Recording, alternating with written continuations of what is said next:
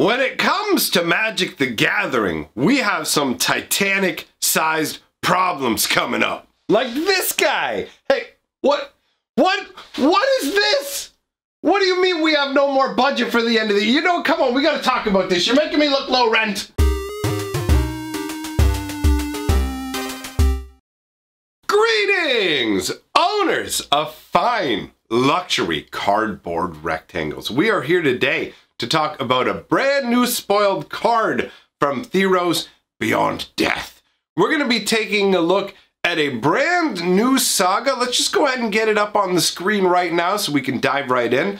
This is called The Binding of the Titans. And I've just got to say, right off the bat, that I am a massive fan of the art choices that they have been making in terms of the sagas so far for Theros.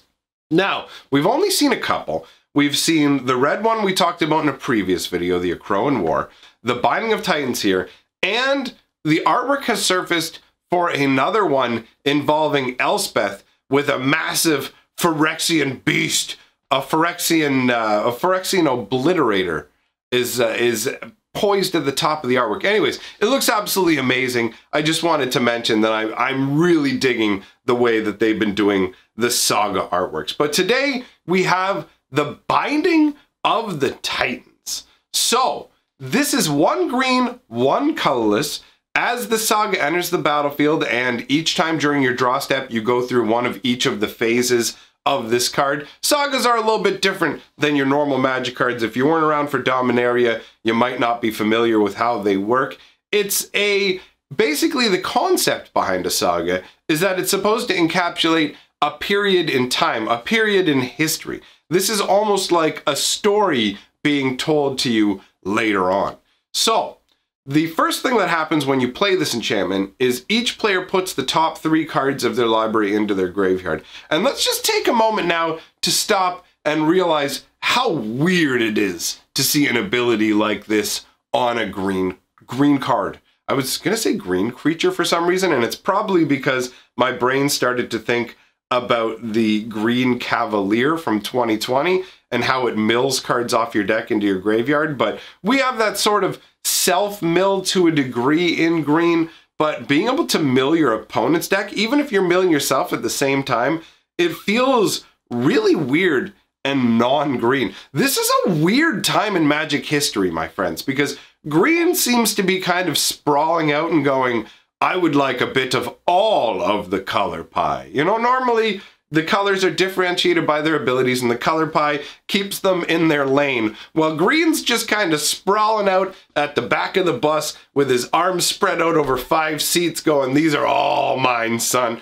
Like, we're one step away from seeing a green straight up counterspell at this point. And I don't mean an old conditional style green counterspell. That might be fun for a video actually to talk about green counterspells. But anyways, it just, when I read it, my brain went, this does not feel green. You know, it just doesn't. But anyways, let's move on to the second ability here. Exile up to 2 target cards from graveyards. For each creature card exiled this way, you gain 1 life. So that happens the turn after you put it out. And the turn after that, you return target creature or land card from your graveyard to your hand. So, honestly, when you look at the mechanical operation of this card, it actually feels far more like a black-blue card, honestly. When I look at this, this has a black-blue feel to it. The reason I imagined it ended up in green and them not having a problem with it is this is most likely a case of top-down design.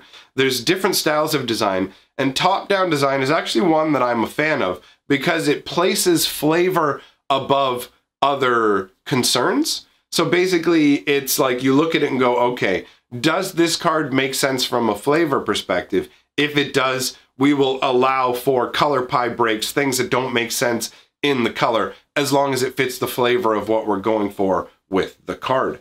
And the flavor of what's going on with the card, well, to understand that, it looks like what's going on is they are adapting more Greek mythology for this, which makes perfect sense because that's what this is built on, right? They released a little blurb on their flavor slash story page. I don't know if this is all that we're getting in terms of what's going on with the Theros story, or if we're going to get some articles that also give us a little more flesh to it, because in all honesty, there's not that much, but that's okay for somebody like me, because I don't mind connecting the dots, pulling together the different pieces, and finding my enjoyment that way. That's how it used to be back in the very beginning of Magic anyhow. So, Theros Beyond Death's The Binding of the Titans insert, or I guess not insert really, but blurb, says thousands of years ago, the gods waged war against the Titans, their predecessors. Victorious, the gods sealed the Titans in the underworld. If they were ever freed, they would inflict unspeakable horrors on Theros. So, this right here is clearly just basically, it's not even changed really. This is exactly what happened with Greek mythology. You have the Olympian pantheon, which basically took down all the Titans. The Titans were their predecessors. Basically, it's like the previous generation. Titans were the previous generation of godlike beings, and then the new wave of gods came along and were like, get on up out of here, there ain't room for you. The new gods just kind of being dicks to their aunts and uncles going, get wrecked, get on up out of here. So that's what happened here. The artwork is depicting these Titans. You can see this is Clothice here, who is holding the chains on these Titans, very much treating them almost like slaves or dogs, prisoners, however you want to look at it. Clearly you can tell who's in charge here. You have the Titans, and they are looking either angry or dismayed, depending on or despondent, depending on the face that you look at. But there's 3 Titans depicted here, enslaved, chained by Clothice. They have been banished to the underworld. It's interesting when you look at the artwork, because you have Clothice standing there all proud and in control. You have the Titans kind of hunched down, lesser and lower. And this golden circle that is encircling Clothice, it might be the idea of her traveling down into the underworld. Like that might be the sort of metaphorical entryway to the underworld that she is going through, taking the Titans with her. Now, when we look at how that ties into the actual like abilities of the card, each player putting the top 3 cards of their library into the graveyard is representing. It's now, I mean, I don't know how many Titans there are, but when we look at just this card specifically, there are 3 Titans depicted. So you could view this as if the 3 cards that are going to the graveyard for each side represent 3 of those Titans, the way that it works in the artwork. And then exiling the target cards from the graveyard part is somewhat sensical in terms of the fact that you gain life when creatures are exiled, and that would be the Titans being exiled. Like they're being sent to the underworld, being put into exile there. It's a little bit, okay, what's going on? And then the final part where you return target creature or land card from your graveyard to your hand, that part doesn't really feel like it. I don't honestly see mechanically how this ties in to the binding concept overall. Is it supposed to be Clothice is this supposed to be the journey of Clothice binding the Titans deep within the underworld somewhere, and then the returning the creature part is supposed to be Clothice coming back? Or it feels a bit muddy in that regard. When I take a look at it from that perspective, it's just like, okay, I mean, it is a saga too, so it's a story that's being told, right? Overall, the flavor concept behind it, where you have a number of Titans, or not a number, all of the Titans, essentially being subjugated to the new gods and forced to linger in the underworld. But oh wait, we have a very interesting situation going on right now, don't we? And that is one where Elspeth has left the underworld, Clothice has left the underworld.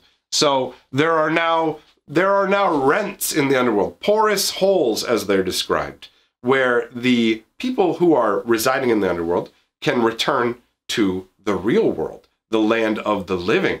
So, who's trapped in the underworld right now? The Titans. What does this mean? Well, it means we have the theoretical possibility that these Titans, which were enough of a problem that the gods felt the need to basically chain them down in the underworld, these Titans could be freed.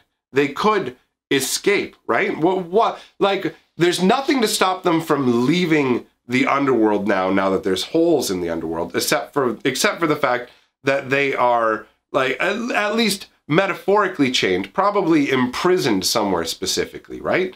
They basically were, it says the gods sealed the Titans in the underworld. So that would mean that you have the underworld, which is normally sealed to the living and just keeps the dead in. And then you have these Titans who are sealed in a portion of the underworld. And it makes you wonder, well, what if somebody got in there and unsealed them, right? With the holes that are existing in the underworld, is it a two-way street? Does that mean someone like, I don't know, Ashiok could find their way into the underworld and go ahead and free these primordial sort of Titans, right?